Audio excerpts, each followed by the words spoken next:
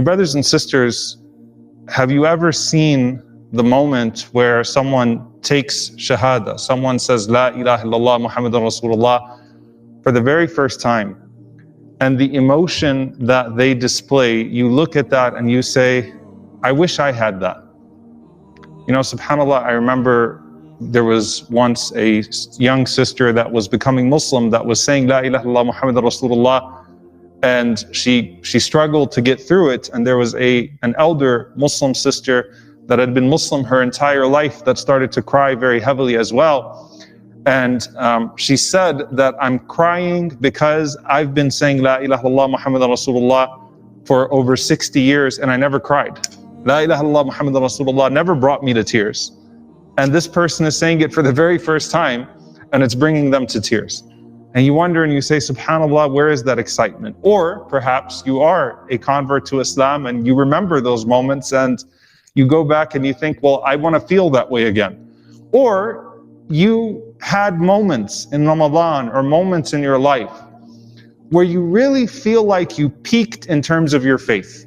Every single one of us in here can at some point look back and feel like there was a time that they felt closest to Allah subhanahu wa ta'ala. Either it was in the midst of a tragedy, and may Allah subhanahu wa ta'ala help all of those that are in the midst of that tragedy right now, Allahumma ameen. Or it was during a heightened faith awareness, iman awareness, because of what you were reading or listening to, or the season of khair that you were in, of good that you were in, perhaps Umrah or Hajj, perhaps Ramadan. But there's a time when you felt like your faith peaked, like I was really where I wanted to be. I felt my heart was soft. I felt that it was easier for me to connect to Allah subhanahu wa ta'ala. And sometimes you want it back. And to want it back is a good sign. To be okay with not feeling like you are at your full potential in terms of your heart's connection to Allah subhanahu wa ta'ala is a bad sign. To be like, well, that's all right, I've already relegated faith to a certain part of my life and I don't care about that part. But to say, you know, I really wish I could feel that way again, and I really wish I could connect that way again. And I was thinking about really this incredible narration about Abu Bakr as-Siddiq radiallahu ta'ala anhu, and I want to preface the narration with reminding all of us about who Abu Bakr radiallahu anhu is. Abu Bakr is the man radiallahu ta'ala anhu who would read Quran and would not just be moved so much with his own heart that he had a difficult time reading the Quran without crying, but he would force everyone else to cry as well. Two incidents that are very famous, in fact. One of them is when Abu Bakr was on his way out to Abyssinia to make hijrah, and a man stopped him, a non-Muslim chief, and said, a person like you can't be turned out. I will protect you. You should not be treated this way. You're a good man. You do so much good for us. You should not be done this, be dealt with this way. And the elders of Quraysh said, fine, he can stay, but please let him stop reading the Quran publicly. It's a problem when he reads Quran publicly because he just moves people's hearts too much. So Abu Bakr radiallahu anhu said, fine, I'll only read it in my house. Then he turned half of his house in Mecca into an open courtyard, and he would read Quran there. You can't stop him from praying in his own courtyard, right? And what would happen is the spouses of those same tribal chiefs and their children would go out and listen to Abu Bakr read the Quran radiallahu ta'ala anhu and listen to his crying, and they would start to cry too. SubhanAllah, that's how beautiful his recitation was and how connected he was to his recitation. A second time, when the Prophet ﷺ was passing away, and the Prophet ﷺ ordered that Abu Bakr radiallahu anhu would lead the prayer. And some of the spouses, the wives of the Prophet ﷺ, they said, well, let's instead have Umar radiallahu anhu lead the prayer. Why? Because Abu Bakr has too soft of a heart and he breaks down in his recitation. He won't be able to reach the people in terms of his volume, the way Umar would. And the Prophet ﷺ was upset with that, right? That he commanded Abu Bakr radiallahu anhu would lead the prayer because there was something more to it than that. So those are two incidents. To preface the incident I'll share with you. Imagine later on in his Khilafah, Abu Bakr as-Siddiq radiallahu ta'ala anhu is watching the delegations come from around the world to embrace Islam. And this delegation comes from Yemen. And the first thing they would do is they'd read the Quran to the delegations that would come to visit. فَسَمِعُوا الْقُرْآنَ So they heard the Quran, جَعَلُوا يَبْكُونَ, and they all started to cry. And Abu Bakr radiallahu anhu stared at that for a moment. And he said, هَكَذَا كُنَّا ثُمَّ قَسَتِ الْقُلُوبِ. I remember when we used to be like that. But then our hearts became hard. We got used to it. We got used to the Quran. We got used to all of these reminders and all of this beauty that comes with this faith. We got used to it. And subhanAllah, I wanted to capture that for a moment. Now, first and foremost, is there any doubt in anyone's mind that Abu Bakr radiallahu ta'ala anhu still used to cry when he would read the Quran? Of course, Abu Bakr radiallahu ta'ala anhu would still cry. Of course, Abu Bakr at his lowest point is better than all of our best points. There's no doubt about that. And people of high standards hold themselves to higher standards than anyone else. So he's holding himself to a standard. But that sentiment of, I really want to get to that place again and feel that connection with Allah subhanahu wa ta'ala. And you think about relationships outside of the relationship with Allah subhanahu wa ta'ala. How do people get back to where they want to be? They remember their original purpose and they root out the distractions. They go somewhere together, they spend some time together, they talk very openly, they allocate some time to try to peel back to the original place that brought their hearts together. This is with two people. Like, let's get back. Remember when we first met? Remember when we first talked? Remember that time? Remember that time? Let's think together. Let's talk together. Let's go back to what created the initial connection and try to revive that connection. And the Prophet ﷺ taught us that, right? To do tajdeed of our iman, to constantly revive our faith by getting it back, trying to get it back, trying to get it back. And not just get back to its peak, but push it beyond that to its full potential as much as you can. Get beyond where you felt the last time. How do we do that? And you know what's so beautiful about our deen? It's not rocket science. It's reminding ourselves. This Jum'ah is a reminder. It's not some, fancy medicine or some type of recitation or some type of formula that you have to figure out. It comes back to the nature of who you are as a person. And the closer you are to who you are as a person, the closer you'll be to your Rabb, the closer you'll be to your Lord. And so you find the ahadith of the Prophet ﷺ in that regard. عن أبي هريرة رضي الله تعالى عنه أن رجل شكى إلى رسول الله صلى الله عليه وسلم قسوة قلبه فقال له إن أردت تليين قلبك فأطعم المسكين وامسح رأس اليتيم. The Prophet ﷺ, man comes to him and says, my heart is hard. He said, look, if you want to soften your heart, feed the poor and pat the hair, caress the head of an orphan. Feed the poor and caress the head of an orphan. Put yourself in proximity of those that are suffering.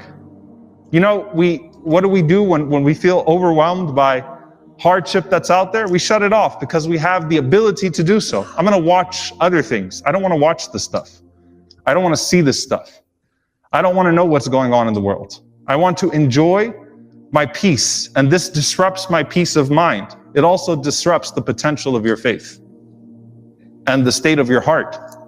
That doesn't mean overload in watching bad news. That means play a productive role in being part of the solution.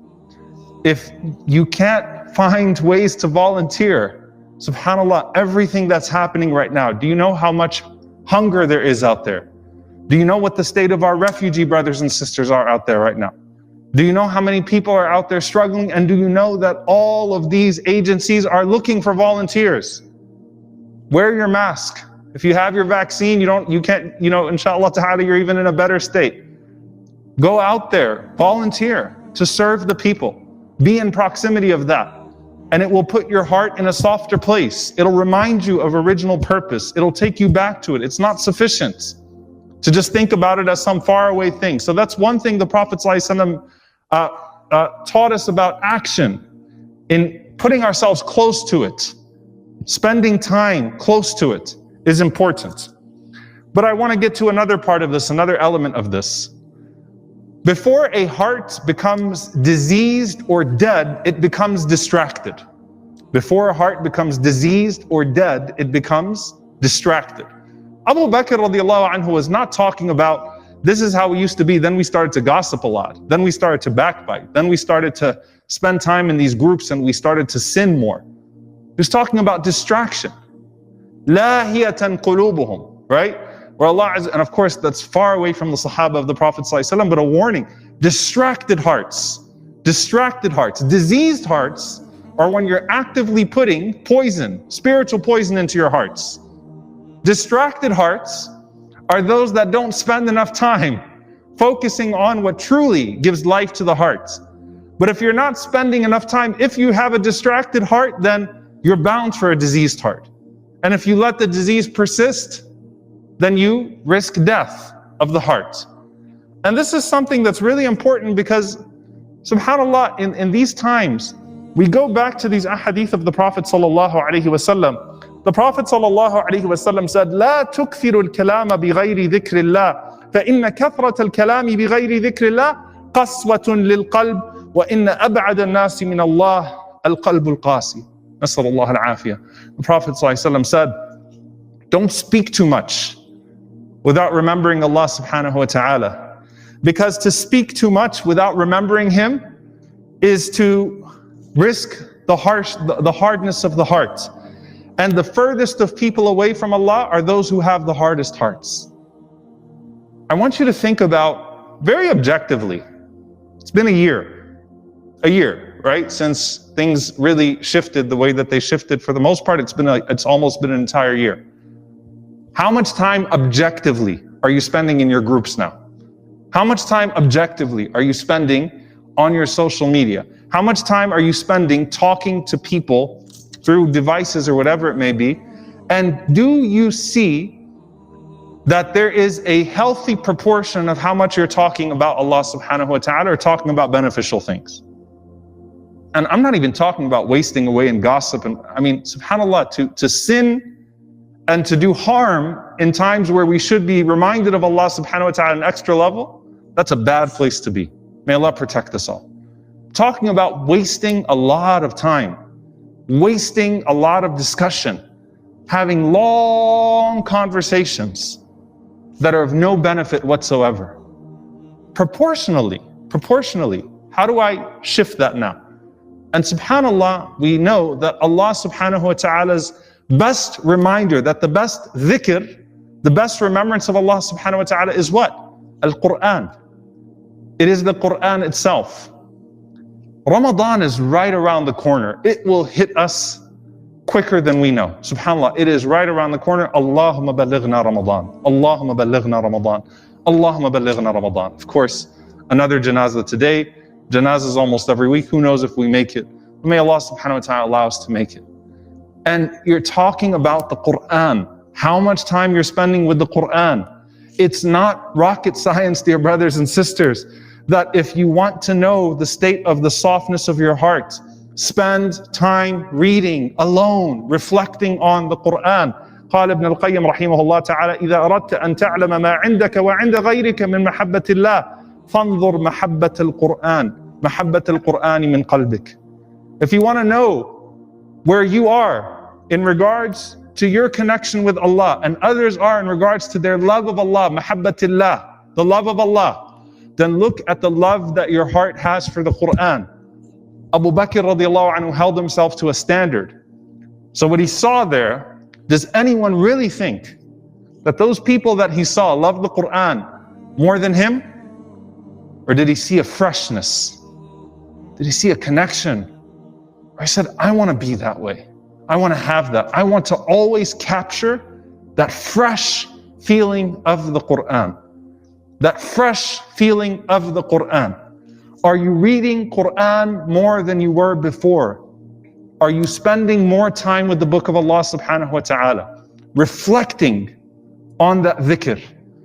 Because I guarantee you, and I guarantee myself, because Allah Azza wa Jal guaranteed all of us, that if we were to reduce the time that we spend in pointless conversation, may Allah protect us from hearts that are distracted, diseased, or dead.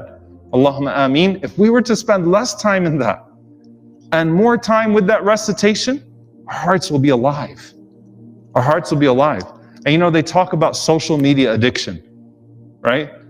People wake up in the morning, and may Allah protect us all, وَمَا أُبَرِّئُ نَفْسِي, right? I mean, like, we all have problems, or I don't want to project on you, I have a problem, right? Sometimes you start checking, and it's like we're addicted to these devices. Let me check, see what's going on. What about a Quran addiction? What about a heart's addiction to the Quran? To where you wake up and it's 5, 6 o'clock, and I feel really uncomfortable because I haven't opened the Quran yet today. That app on my phone hasn't opened yet today. That book didn't open yet today. And you feel uneasy because your heart's alive, fully alive, connected. Now, dear brothers and sisters, I'm not projecting here. We all need to get there. I need to get there. And it's something that takes constant work. But to feel disturbed and uneasy because I need to read the Quran, I need to remember Allah subhanahu wa ta'ala, I need to read what's beneficial, I need to reflect. In the same way that when you see pain, poverty, hardship, I'm uneasy not actively doing something about this. I need to go and do it'am al-miskeen. I need to go feed the poor. I need to go out there and help the orphans. I need to do something productive about this. I can't just ignore it. These are the two streams to the heart that the Prophet ﷺ is talking about. Like, no, I can't ignore this. I feel uncomfortable. So set higher standards. Set higher standards for yourself. Objectively, how much more Quran are you reading with tadabbur and tafakkur, with contemplation, now than you were before? Carve out a time of the day. Be super uncomfortable if the clock hits a certain hour of the day and you haven't started your recitation.